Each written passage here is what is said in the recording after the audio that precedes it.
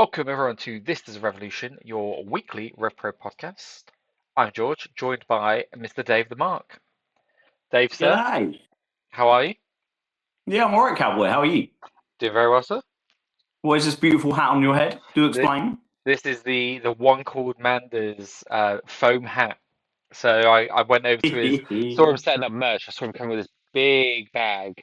I was like, what is that? What's he got in there? And I thought he was going to bust out some of the football jerseys that he's had over in Germany and stuff like that. Yeah. And I thought that's what we were getting. And then brings out these foam. I'm like, what? And sort of put it all together. I'm like, he's got a foam cowboy hat. This is cool.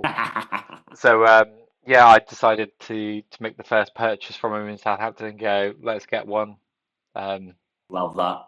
it's Good it to was have the Cowboys back home. it is, mate. It really is. It was lovely just chatting with them both and just getting to catch up and then see what sweethearts they are and then go and see what they do in the ring is like Yeah. such a night Yeah. and day, isn't it? Southampton was very much a like main event show. You've got lots of stuff that you can enjoy, but we're going to deliver you a main event that you'll be thinking about for a long time. Like Yeah, for match sure. of the year contender, and it's one of those ones now where it's like once you have the main event, that's your money's worth right there. 100%. And I said that, look, for me, like we've said on paper, probably wasn't the strongest of cards that would have drawn me initially if I was going just based on the card. And the thing that I've generally come to find with Rev Pro anyway has been that I always have a good time anyway, right? Yeah, Even if it doesn't all hit where I would like it to, but that main event sold me. If I wasn't already sold, I'd have been there for that. It was fantastic stuff. yeah. So last time we saw each other in person, we were in the 1865 toilets. Yes, we were. I was coming in as you were coming out, and I said, That's "Did you not a enjoy that, euphemism. mate?" I said, "Did you enjoy that, mate?" And what did you say? I said I enjoyed one match, and then I quickly pivoted to I enjoyed two matches, but I really enjoyed one match, and Yeah. I didn't enjoy a lot else.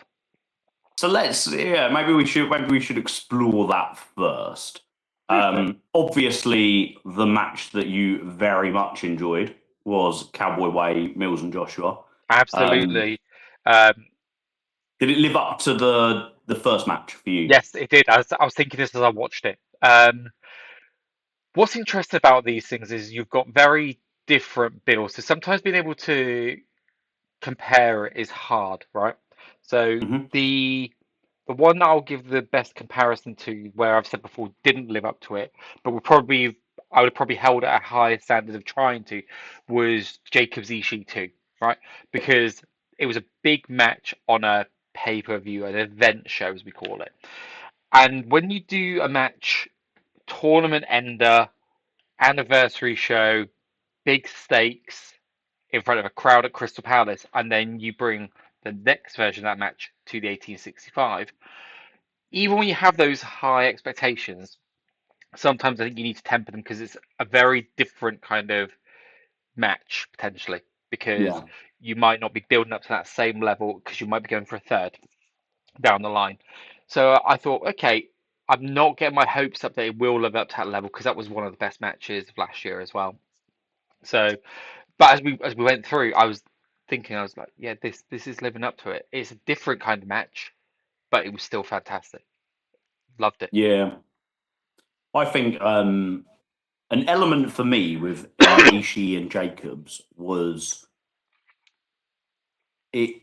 It was probably the first time where I realised just how good Luke Jacobs is. Hmm. Like when you think about like the levels, so he's very, very good British level. He's very, very good independent wrestling level, European level. But that match with Ishii was like shit. Like he's like world class, isn't he? Like Yeah. he is capable of having a match which could be a Tokyo Dome like upper card match.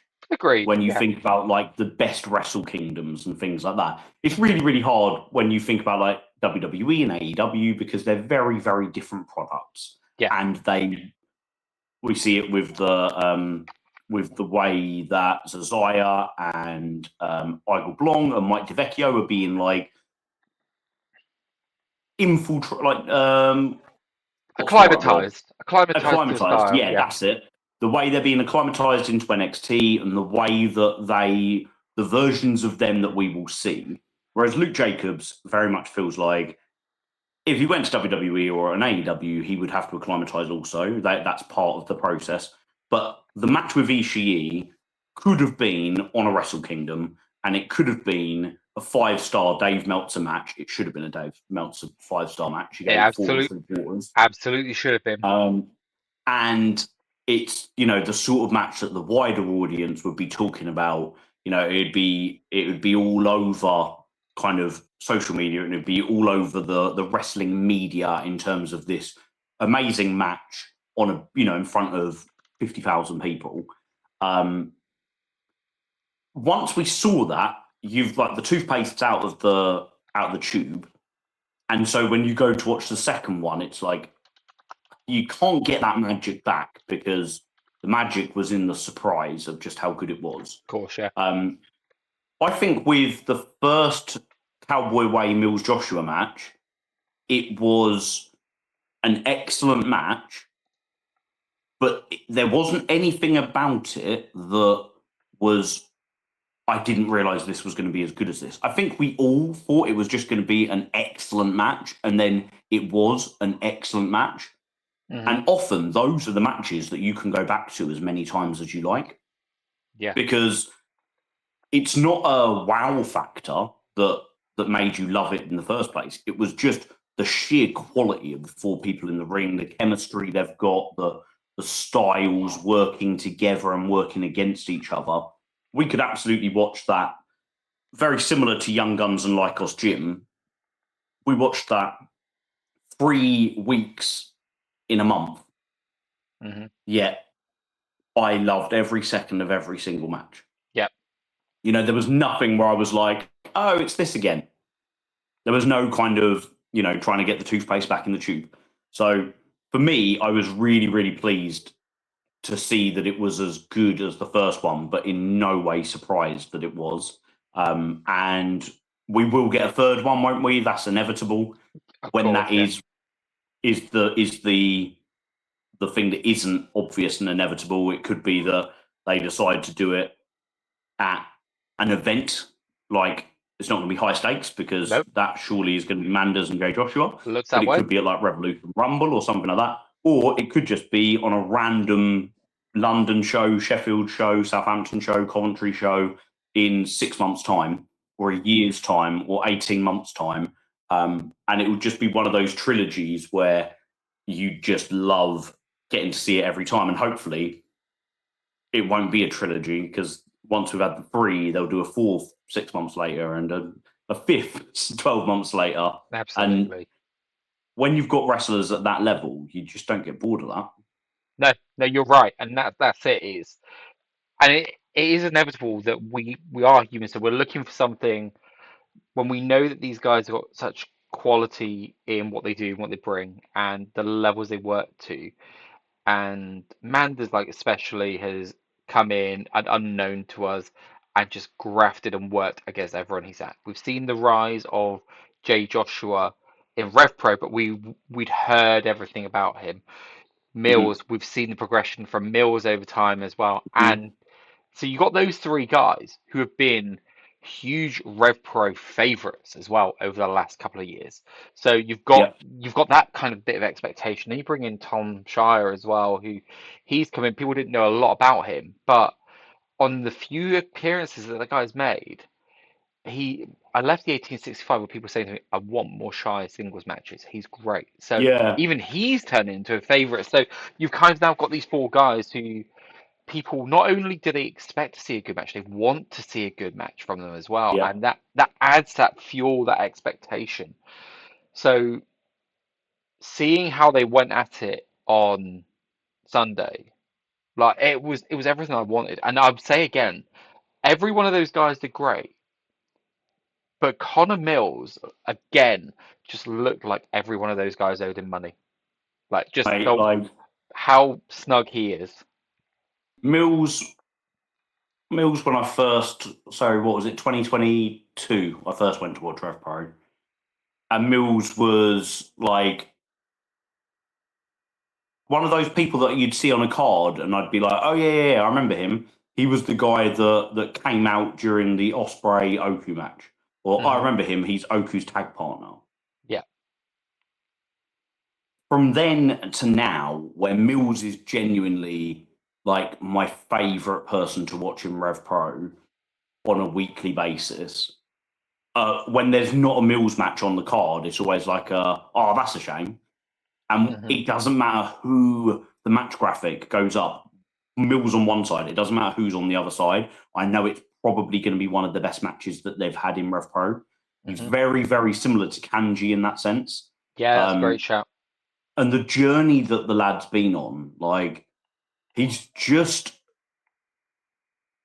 ridiculously good, but still so cruelly underrated. Hmm. Like, there's always someone else that people want to talk about. And I know that's daft in the sense that Mills has got a massive fan base. But when people are talking about British wrestling in a wider sense, Rev Pro fans will often talk about Mills as being like their favourite. But when we talk about like, who gets put up for the European MVP in the Observer awards and things like that, there's no sign of Connor Mills, and he's nowhere near the top of the PWI, and he's not talked about as being someone that should be like the next one to go abroad. Hmm. But he's like, you're not telling me that if you were starting up a company that you wouldn't make him one of your first phone calls that you make, like, and put your belt on him. And if there were AEW or WWE tryouts tomorrow, that you wouldn't be that you'd be shocked or surprised in any way to hear that Conor Mills was named the MVP of the tryouts or something like that, because Yeah, like, he's so good. yeah. Like there's a few things here, right, to kind of unpack from that. So I can't claim to be in Mills's head, right? So I don't know what his kind of his drive is, what his destination is, right? So like you're quite right. There's a lot of wrestlers who have been outwardly really gunning to get bookings out in Europe. Okay. And Mills is one of those guys that, like you said, when I see the abroad stuff, it's mainly BZW, right? I Yeah. don't really see anything else. And I'm kind of like, but why? Why are we not seeing elsewhere? And it is, And maybe, as you alluded to, we're not in his head. Maybe he doesn't. and that He's could, not that yeah, yeah, fussed. Maybe he's not.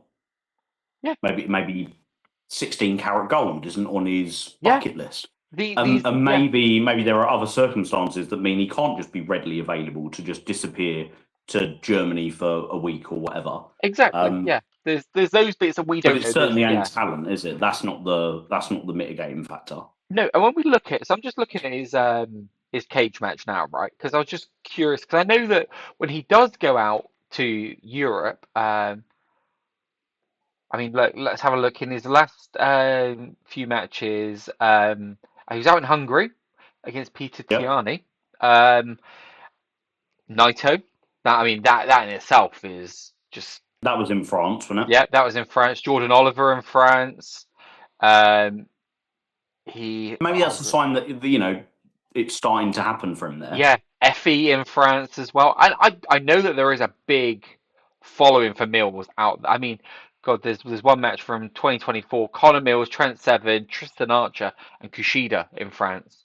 So Mills, and I know Mills went against Jack Swagger as well in France. So there is a an area and a section where Mills is appreciated for his talent in mainland Europe.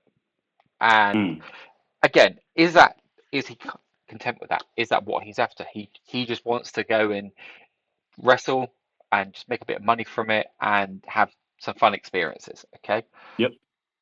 But what I will say is it really does intrigue me, and I think you're right. There's a lot of people that say Mills would be their favourite. I think when it comes to Revpro, people have dared to dream so many times that Mills is finally Shit, right? he's the bridesmaid. He's never the bride. And Like, do you think Mills is winning Revolution Rumble? mate, I don't know who's going to win the Revolution Rumble, and Do you think he's going to win this 16-man tournament to be the number one contender for Revolution Rumble? I don't. I And don't see either of them happening but because the reason I don't is because of how it's been booked previously he's in the. never had. Correct me if I'm wrong. I don't think he's ever had an undisputed British Heavyweight Championship match. Oh, I don't know. But you would I know don't that. think he ever wrestled.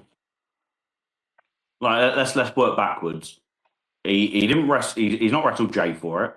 He didn't wrestle Oku for it the second time. He didn't wrestle Shah for it. He didn't wrestle Ricky for it. He didn't wrestle Oku the first time for it. Yeah.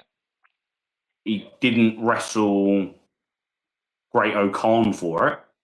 He didn't wrestle RKJ the first time for it. He didn't wrestle Osprey for it. He wrestled Osprey, but it weren't for the title. I'm sure it weren't.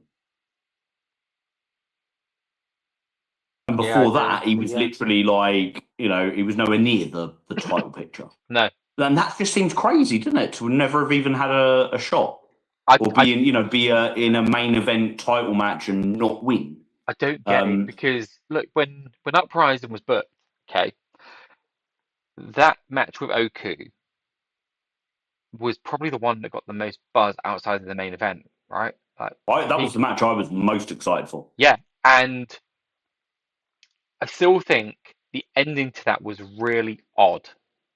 And again, I've not gone and watched it back, so I don't know how much of this was in venue only and how much of it was on camera. But Oscar is standing there asking Oku if he like saying you better not have cheated to win, you better not like or faked an injury to win.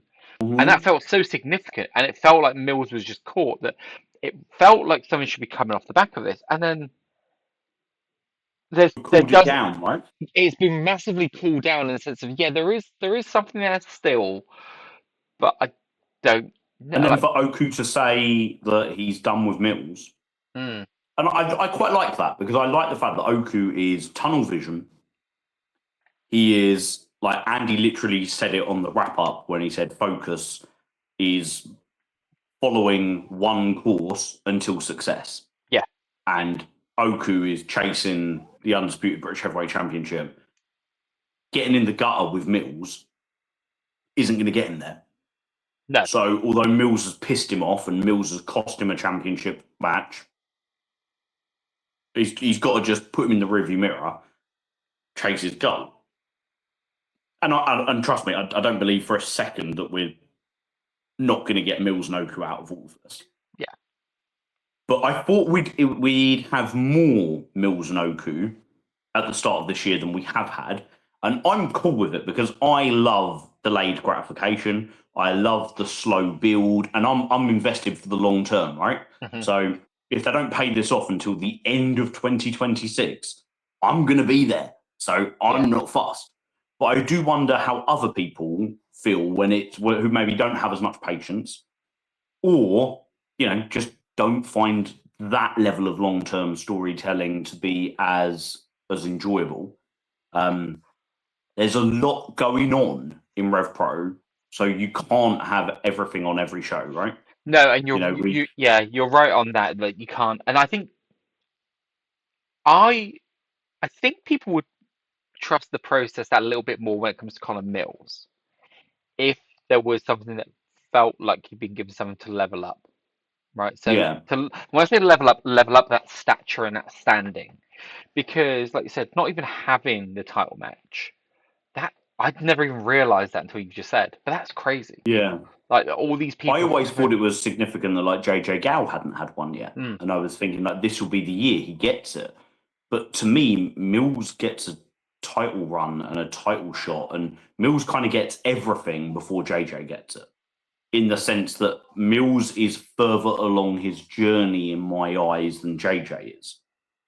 I trust that they will both 100%, get yeah.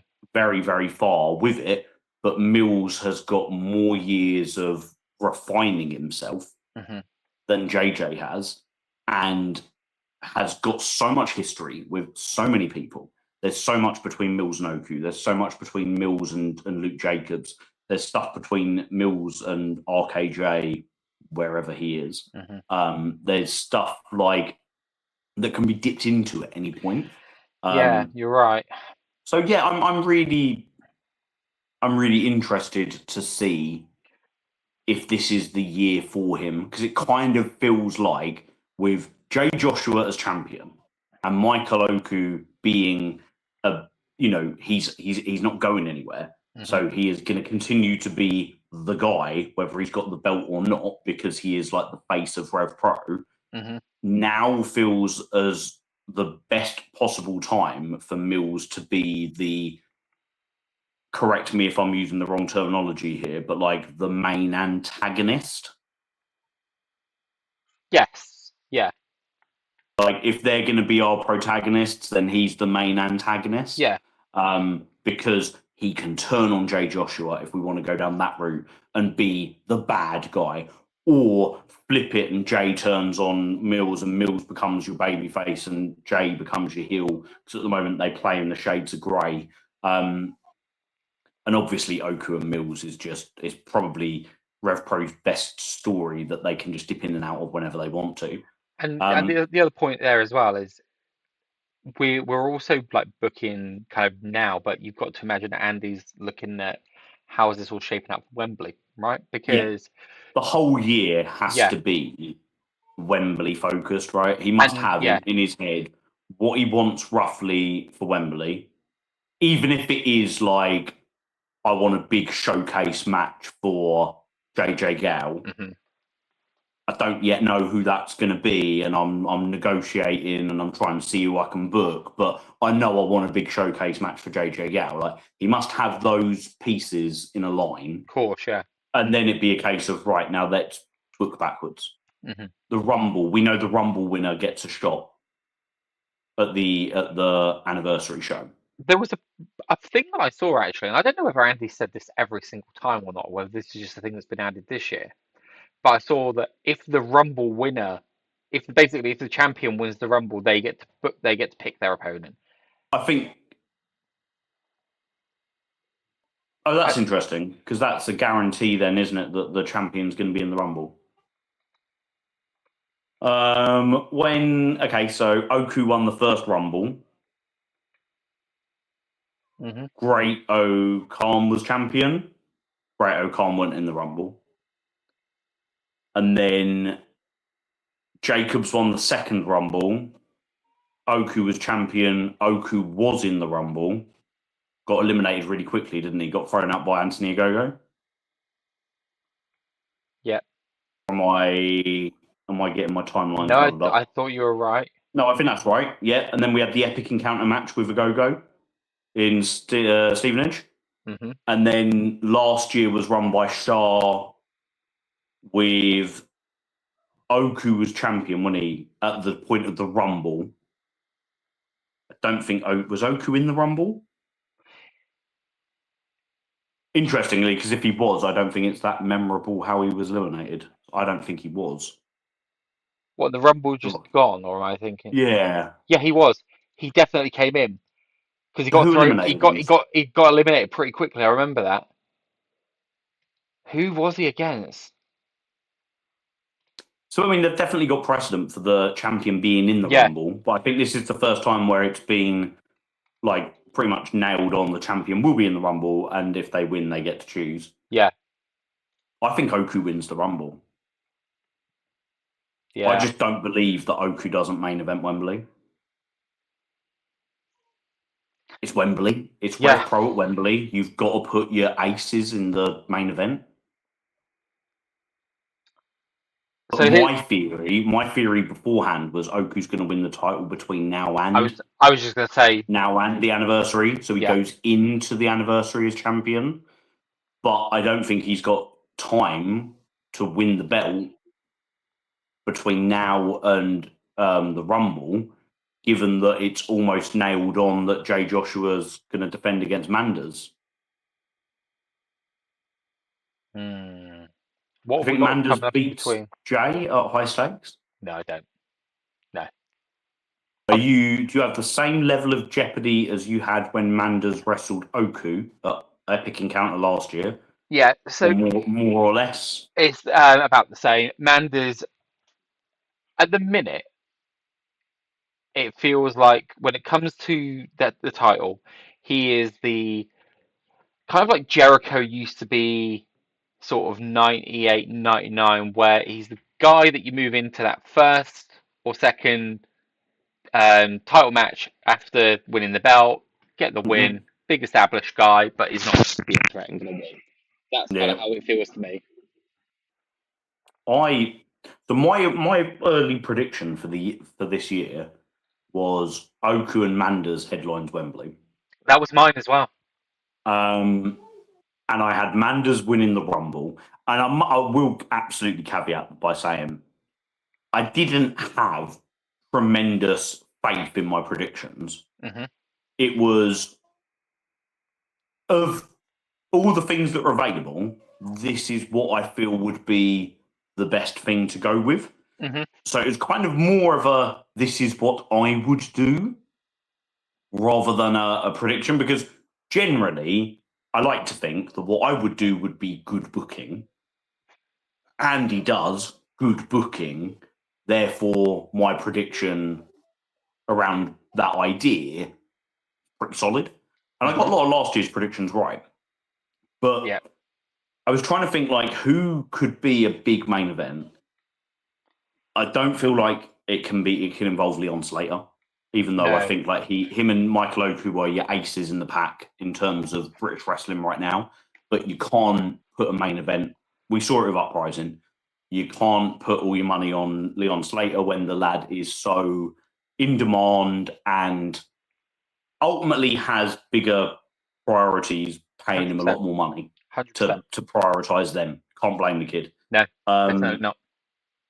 and as much as I would love, like, I'd love it to be Mills. I mean, ultimately, what do I want with the main event? Wembley, Mills versus Oku, because Mills versus Oku is literally it's my Osprey versus Oku for me, because I feel like I saw like all of it.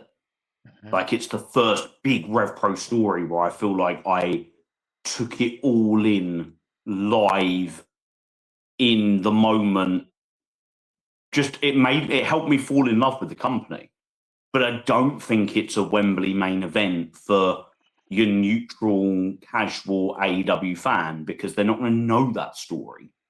It could be an incredible semi-main event. It could be an incredible main event of another event show this year. Um, so yeah, it's Yeah. interesting because it's now I'm like, well, we could have Manders beat Jay Joshua at high stakes and Oku win the Rumble, and I get that main event. I've got more jeopardy than you with Manders beating Jay Joshua. I could see that happening. I'm not.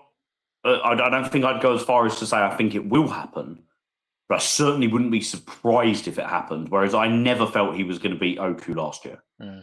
So I really enjoyed that match last year. Oh, it was But great. Yeah.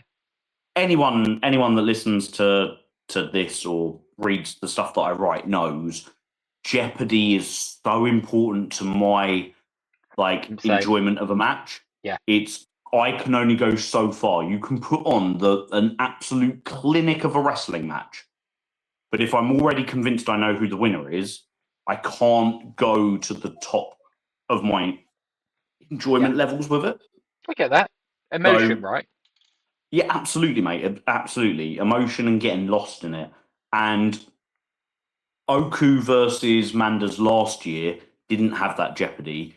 Jay and Manders will have that jeopardy, so Yeah. that means it's got a higher ceiling.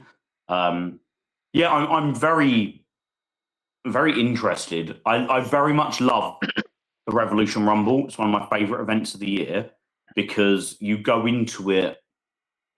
I have each of the 3 times I've been going into it not knowing at all who I think's even going to win it. I might be like, oh, I'm going to put my fiver down on so and so, but it's never with full confidence. And all 3 years, I've got it wrong. Actually, Yeah. I thought Eddie Dennis was going to win the first one and not retire. I didn't know about his deal with the WWE at the Oh, time, okay. Yeah. and that he was going off anyway. So I thought genuinely he was going to win that. The year Luke Jacobs won, I thought RKJ was going to win. And last year, can't remember who I said I thought was going to win, but I know it weren't Charles Samuels. It was Leon Slater. I I was was gonna say, convinced Leon Slater was I going to think we win said Leon Slater, didn't we? right until we found out he wasn't in it, and then And it was like, oh I think we both thought at the time that Liam might be the proxy for that, didn't we? Or that yeah. certainly came up. I still think Leon was meant to win it. So do I. And that was when the whole start of the course direct began. Just again because it felt like that was the logical bookend. So yeah, I'm up for that, and I'm up for a return to the Doncaster Dome as well. I like that venue. I do too. I'm gonna be sad because I'm not gonna be able to make it with being on Sunday. But I'll definitely be watching Just that that one bit from too home. So far, right? bit too far, and yeah, already booked a lot of days off from work this year, so Yeah, that side of it is making it a bit more tricky. But lovely to see Doncaster being used again. I think it's the perfect venue and market to catch it on. I do worry. I think it's a great one, but Sunday night, school night, kids, like that would be some of your target audience. I hope that it yeah. pays off for them and the Sunday works well. But I think it's Wonder if the it'll be best kind an of show. earlier in the day show. That would be good. Yeah, I think that would I be know good. that I was surprised to see that High Stakes is earlier in the day. Yes. I think it's advertised as 2:30. Yeah. And it's Something like, like that. I look at that and I think, man, that's pretty cool. I know, like Andy always says, doesn't he, that if he had his way, he'd book all the shows earlier. Yeah. I Um, yeah. the Cardiff show Uprising was early, wasn't it? Yes, it was. Um, Yeah. I like that. so Yeah. I'm kind of assuming that the return to Cardiff that we know we're going to get at some point this year Hmm. will be similar. Yeah. But yeah, and then this 16-man tournament we've got going into it is Mm. a very interesting one as well. Yeah. Andy says there's going to be I don't know if you saw this. There's going to be a video this week to do a live draw for Oh, that. Yeah, which sounds so interesting. sporting, right? That sounds like Yeah. the FA Cup draw, Yeah. and I'm hoping that means we're going to get all 16 names confirmed from the very off. And a bracket. Exactly. Because you know what, I was like you, I was like, I want a bracket, but I just love a bracket. I but love nerding out and yeah, looking at all the I permutations it and was all funny the. because If they beat them, they could get there. everyone was saying this to Southampton. They were like, we want a bracket, and I was like, you know what? Hate to say this, but Dave made a good point. In that with Brit Rest, it's not as easy as being able to No, like if they're signed talent and you're utilizing them like just your company, 100%. different. So the fact, so I was like, oh, okay, And that does make you know sense. that like if we don't get a bracket, it's not going to be a tactical decision from Andy. It's going to Yeah, be I couldn't put a bracket together because I don't yet know what the final match is going to look like from a yeah, booking of independent wrestling.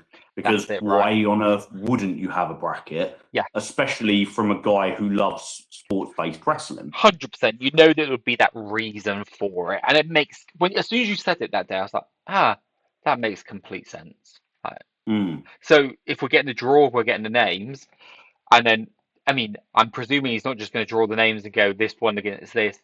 I mean, he could still do it in a way where he draws first round matches, Yeah, it could right? just be that, couldn't And it? It could be that we get a video to draw the matches for Sunday, yeah, and then next week we get a video to draw the matches yeah, for whatever's next, Sheffield, I think. yeah, we could get something like that, which that wouldn't be a bad way of doing it either, because then No, it means that you could just kind of you can navigate your way through it a bit easier and Do you not know a have. match I really want to be in there?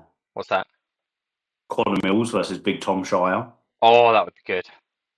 Yeah. I like circling all the way back to that main event. That's the most I've enjoyed Tom Shire. Hmm. Like I've enjoyed his work every time that he's been in Revpro. I wasn't mad on his debut match with Oku, Okay. but I think that is.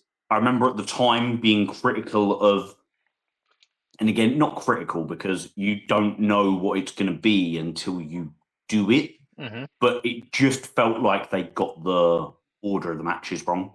Yeah, I get Oku you. and Yeah. Tom Shire should have gone on before the interval, and Leon Slater and Manders should have main evented. I Yeah. understand why they didn't, because after Shire versus Oku, we had an angle that set up epic encounter with Hmm. Manders and Oku. But the match quality of the two and the pacing and the I hear you. Oku and Shire wrestled this really kind of slow paced, methodical match, It was a which throwback match, wasn't it? yeah, which you can absolutely really enjoy, but it's not really what we come to associate with a 229 main event. Yeah. Whereas Slater and Manders very much was. Um, Other than that one, which kind of wasn't 100% my cup of tea, I've really enjoyed all his matches. Hmm. But this match on Sunday was just like, it was such a showcase of how good he is, Yeah. because a lot of the match was him selling for Jay and Mills Yeah. and Manders being like the hot tag, and Yeah. he did it so beautifully. And yeah, that was my big takeaway of being like, now I want Shire and Mills singles match, because Yeah. Mills will just break his legs, and he's so good on the cell that I think it would He be a really is. beautiful Yeah. watch. For such a big, strong-looking guy, he Yeah, he's got that but vulnerability to him. it's also that thing, isn't it? Like, he is a throwback, Yeah. and I'm not one of these guys that's like, wrestlers don't sell anymore, but wrestlers don't sell as much as they used to. I Hmm. think it's fair, Yeah. I and would they agree. certainly sell differently these days. But he is a classic, old school. Work my leg, and I'm going to sell my leg, baby. Hmm. And it's Yeah. just beautiful. Absolutely Yeah. loved it. Did you Um, did you catch him yeeting at the end of the match? no, I missed There was it. there I was missed there it. was some little kids on the sitting by my feet on the stage wearing their Jey Uso stuff. And he just came I over saw and them. started. They literally sat in front of you on the Yeah. stage, didn't they? Yeah. Which I absolutely loved. I love seeing the kids at the shows. It makes me so happy. Um, it's literally the reason why I have a TikTok. Mm. It's the reason why I do Phoebe predictions. It's the reason why I do the Mark on tour, because they're the videos that get a lot of interaction from Mhm. kids on TikTok. And I know this because it comes into my school. And I've always getting kids say to me like, "Oh, you should turn the comments on," and I'm like, "I'm not turning the comments on, because it will just be full of like, that's my teacher."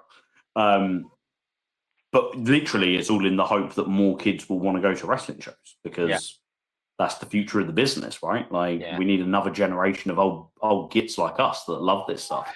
We do, mate.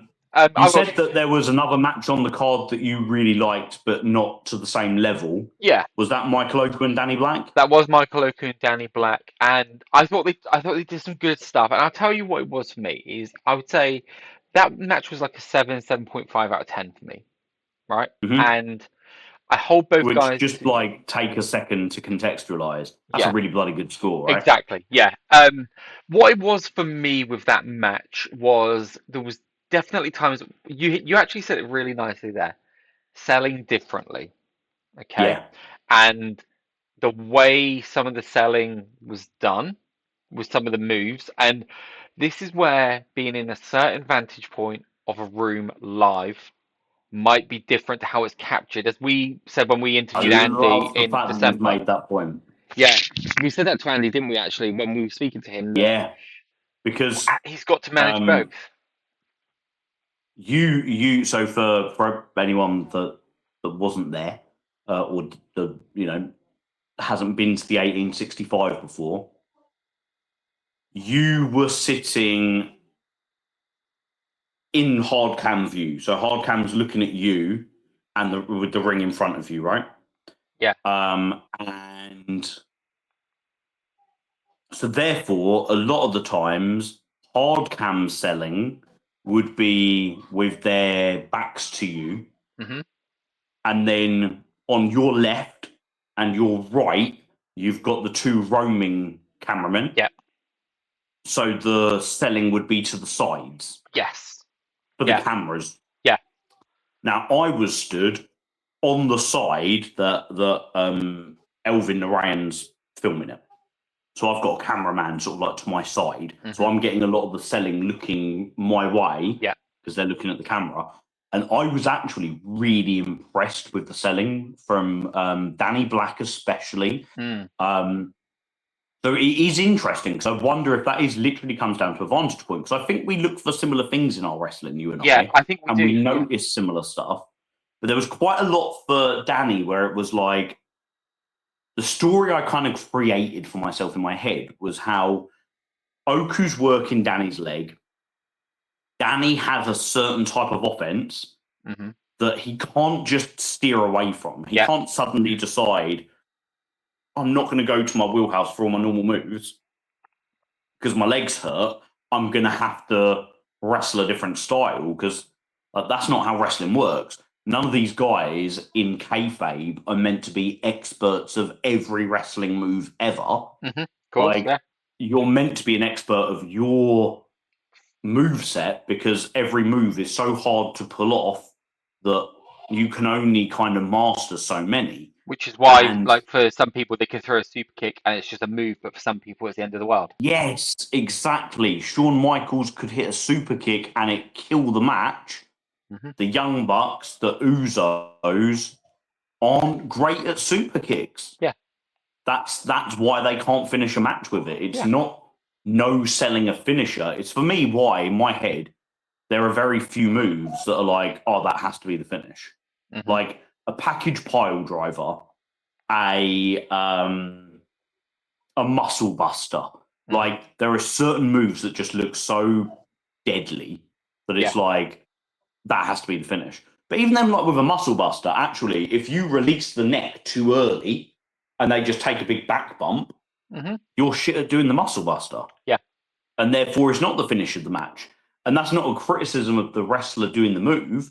Yeah. That's the kayfabe story of why it's not a finisher for them. Yes. Um, With you. so with Danny, it was like my legs hurt. I've still got to do what I have to do. But the number of times he had a slight limp or a grimace as he went to run or as he went to maneuver, and I really like this. I'm very much a subscriber to when people say that like Dolph Ziggler's the greatest seller of all time because he'd throw his body around. Is like that's not selling. That's selling a move Hmm. in the moment. Selling is what you do after that. It's how you Yeah. keep coming back to the fact that that part of your body hurts 2 minutes, 3 minutes, 5 minutes later. Hmm. Like Agree. that's Yep. what I subscribe to. Yep. And Danny, not for a second in the match, seemed to forget that his leg hurt, which I really, really enjoyed. And it was the highlight of that match for me.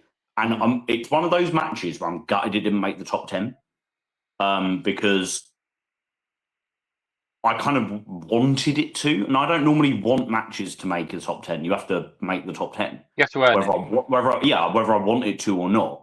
But I felt that this match was so good that I wanted to be able to celebrate it. But the only reason it didn't is because the top 10 already is fucking nuts. Yeah. Like the 10th match is Michael Oku versus Jay Joshua in the main event in Portchester Hall, which like something like there's no way that's been in the top 10 at the end of the year because we've got to get through the Revolution Rumble and high Hmm. stakes and the anniversary. But right now it's like stopping a lot from getting in. Yeah. Yeah. So What was yeah, I really really, really enjoyed that. what You I'd say was interesting as well when you talk about the selling and actually where my misgivings were about the selling in the match. I'll actually add it was nothing to do with Danny Black. oh That's really? that's what I would say, and this is where, and I Ah, think you've made a great point as well about camera angles on where we're selling to, because some what of was the bits that Oku selling? so there was quite a big it was like almost like a knee to the face, Kinshasa. I forget the Bomaye. Yeah, That's yeah, what it's yeah. called. And it looked the snap that Danny got on it. It was deadly, and the Got way ya. Michael So it's sold it, and there was a couple of those, and then his facial, like you know what Michael's facial's like, yeah, yeah, yeah. um, and he was dead, and then he wasn't straight And then he away, wasn't. and Yeah, I'm with you. but is that How him playing fascinating. up to the crowd, but the Yeah. camera is in a different way, and that might be all it was. But that's And the it literally, that could be the fact that Danny's Danny's reactions are in my direction, yeah, so I'm picking them up, yeah.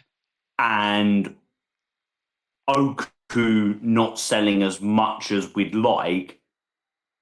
That is something that I think some people pick up more than others, Hmm. and some matches I pick up on it more than others. Yeah, And yeah, I didn't really pick up on that much, but that doesn't mean that I don't think you're right. It just means I missed it. and that's it. But then, like you said, we've got different vantage points, different things going on, different Yeah, things coming our way, and you've got a camera that's picking up different things. So yeah, there's all of those reasons as to why I would say that it wasn't a bad match. It was just those are the bits that went from maybe being an 8.5 to a 7.5. yeah. So So in terms of like the rest of Sunday's card, are we are we saying it was pretty average, yes, yes. or are we saying it was bad, I wouldn't say it was bad. or a bit of both? No, I wouldn't say anything was actively bad.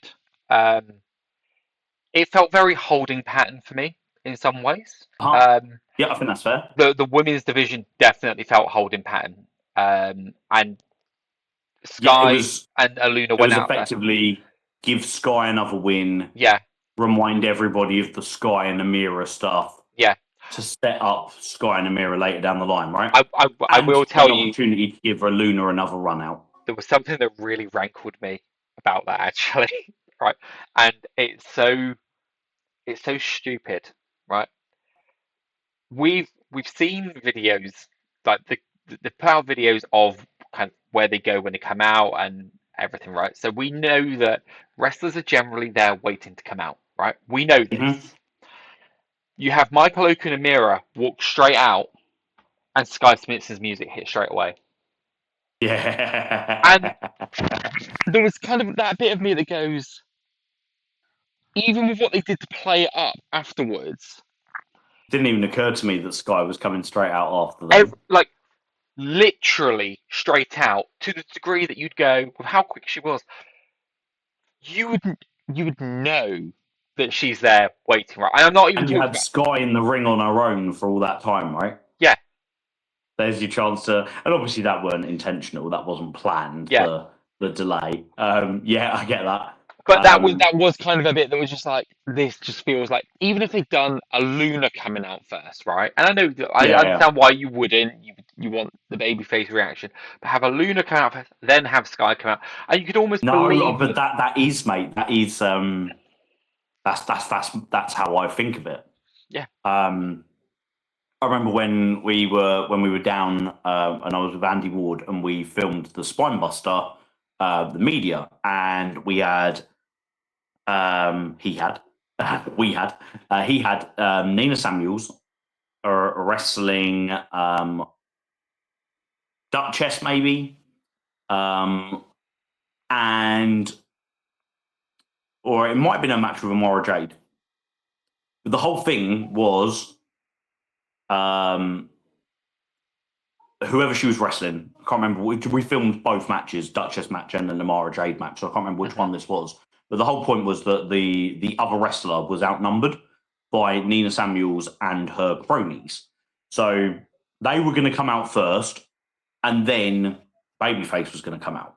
And I remember just saying to everybody at the time, I said, that doesn't make sense because if the heels come out first and you see the babyface sees that they're already outnumbered, the babyface is going to bring her back up, her tag team partner, her mate that's with her. We've already established on the show they are both there. Hmm. But for the babyface to come out first and send her mate to the back, Hmm. and then Nina come out on her own. So you've got this moment of it being like, oh, cool, right, me and you, one-on-one. This is what I wanted. Yeah. Then Nina gets to be the arsehole and be like, come on.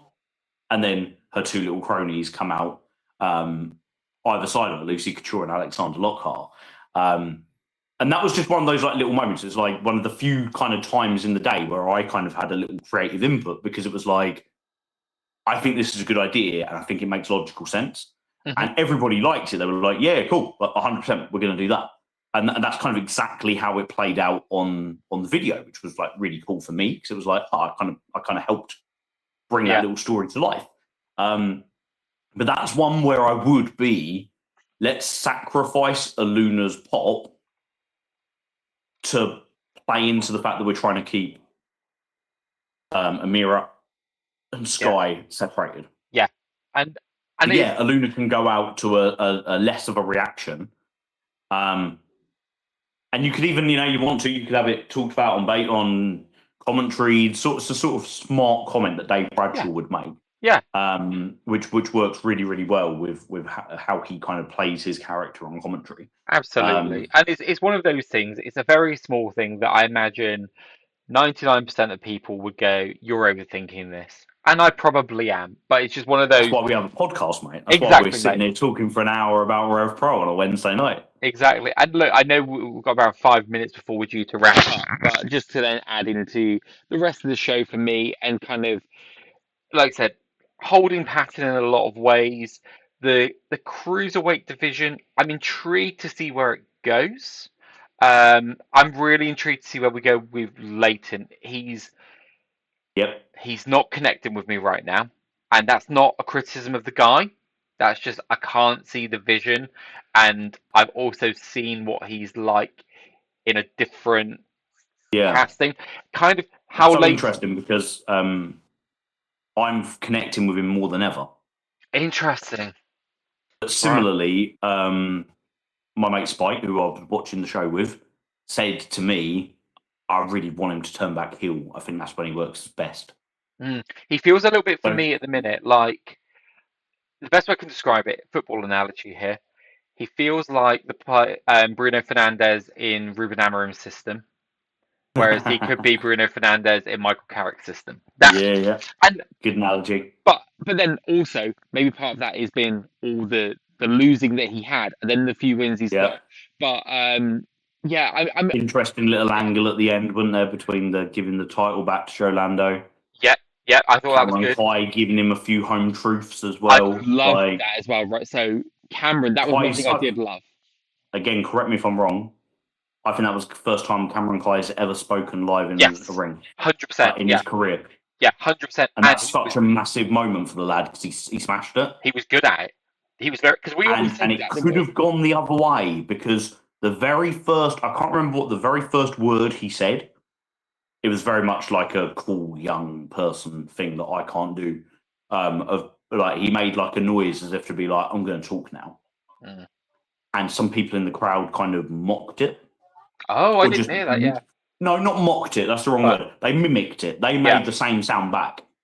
But that could have been a moment for Kai where it'd be like, oh shit, I've messed up.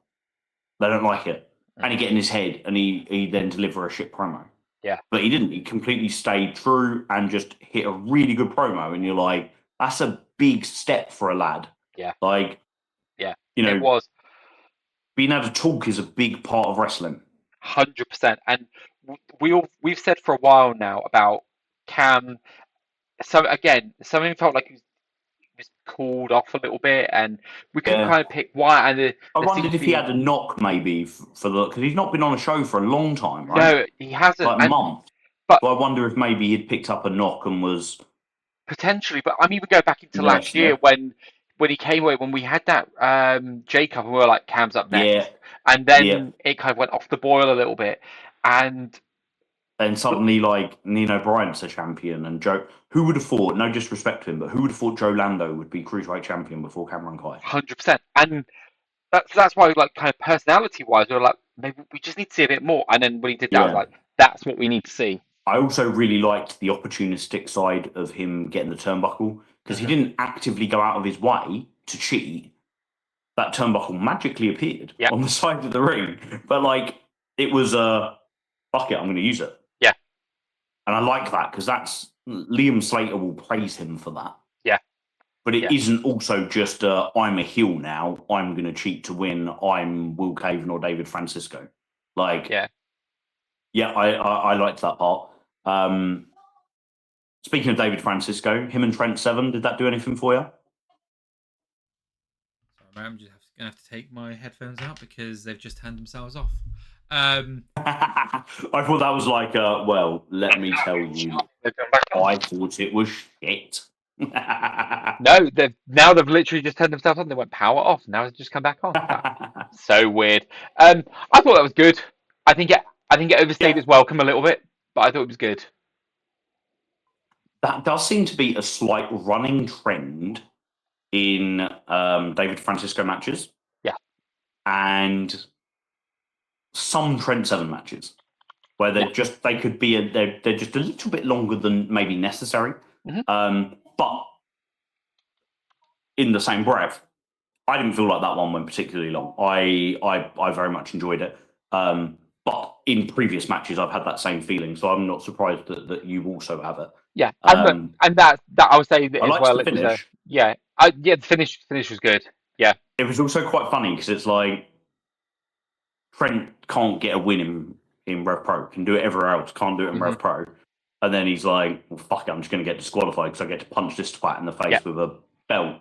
And who could blame him because David Francisco is so good at being the person everybody wants to slap in the face, right? Hmm. I liked that. I did like that. I don't really understand what we're doing with JJ Gow and Trent Seven, but I liked not knowing. Yeah. At the end, there was like, well, JJ's come out to help you, but you both seem a bit edgy around each other. Hmm. But that's cool. Like, there has to be Mark Haskins is injured, isn't he, for He is. I think for a a pretty bit of significant time. amount of Yeah. time. Yeah. So they can't continue the old guns. So maybe that's a way of doing something with Trent and JJ, not as a tag team, but like the enemy of enemy of my enemy is my friend. Yep. Or at some point they have a match because there's a bit of tension between the two. I don't remember a JJ versus Trent match. Certainly one I'd like to see at some stage. Question for you then on the basis of this: do you think that we get JJ and Francisco at high stakes? Yeah, it's an interesting one, isn't it? Because 2 weeks after High Stakes, there's a Southampton show. Hmm. That it feels like it could main event the Southampton show. It would complement High Stakes, but it could also get a little bit lost in the shuffle at High Stakes. For me, it depends. It depends what we're doing. If we're doing a strap match, Yeah. which that's what, especially with, I don't know if you saw like the way the belt was used, and it was kind of, it really Yeah. felt I like it was, literally had the same conversation with yeah, Spike. Like, are we going for a strap match here? yeah. And if we go with a If strap we match, do, please don't make it four corner strap match. yeah, Make it a strap match by pinfall and or I think I submission. think it has to be because It's got to the be violent, right? the Not yeah, can I sneakily get to all four corners but without the yeah. other guy? Like they've got to beat the shit out of each other with The the whole strap. the whole point of this is the strap is there to stop Francisco getting away to be saved by Josh Yes. James Kelly Six, And right? it That's provides them both a weapon to inflict the punishment on each other that they exactly. want to inflict. Exactly. So I think if you were doing a strap match, you could have it do on either. If it's Yep. not a strap match, I think Southampton. Yep. I think it could be quite a cool match for High Stakes if it's a strap match because Yeah. it could break up the card a little bit. Hmm. It could absolutely be a main event in Southampton as a strap match. It could be a main event in Southampton as a singles match. It would probably not get the fanfare it deserves if it's a singles match with no stipulations in Wolverhampton, Yeah. would be my feeling. Yeah. Last question before we wrap up, Dave, and I just want a one name answer from you. Who's Mercedes Moné's facing in Wolverhampton?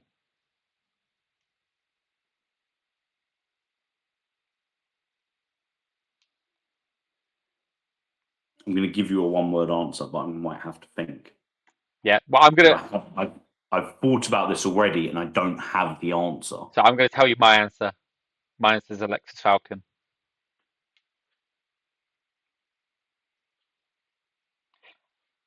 Two reasons. One, she's been given Kanji all this shit about being a cuck, right? So Yes. what bigger way to prove that Kanji's a cuck and still Yes. give Falcon? You can have Falcon take the loss to Mercedes, but Yeah, still but still have beef with Kanji. she's got the moral high ground because Kanji's a cuck Yeah. because she's had to have Oh, Mercedes yeah, do yeah, a yeah. fight for her. Yeah, you're right, mate. It's got to be that. That's It's got to be perfectly that fair. because the only other thing you do is you give somebody the Mercedes match, Hmm. but who would you give it to? Yeah. Like Sky Smithson could have the Mercedes match, but Sky Smithson seems too busy with Amira. Hmm. We've had a lot of people already have their Mercedes match, you know. Hmm. And what is lovely is the fact that the women's division is in a position where most women that are being featured at the moment are involved in a program. Yeah. But yeah, that's perfect because that complements an already existing program, gives us a great match, great learning opportunity and spotlight for Alexis Falcon because we know that when you get the rub from Mercedes Moné, that's great for everybody's career. It's a great thing to be able to put on your CV and a great learning opportunity.